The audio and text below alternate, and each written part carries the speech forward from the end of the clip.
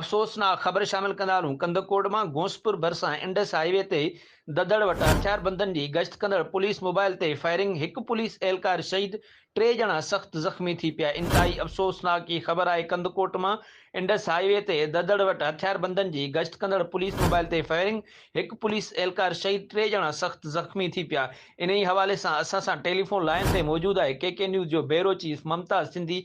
जी ममताज़ सिंधी, छा तफ़सील आहिनि अव्हां वटि? अवां ॿुधायो कंदकोट लॻे इंडस हाईवे ददड़ वेझो पुलिस मोबाइल ते नामालूम हथियारबंदनि जो हमलो फायरिंग सबबि पुलिस एहलकार सज्जाद ख़ासके अली शहीद थी वियो, जॾहिं त 3 पुलिस एहलकार ख़ादिम हुसैन, सिकंदर सुमरू ऐं नज़ीर अहमद नसीराणी सख़्त ज़ख़्मी।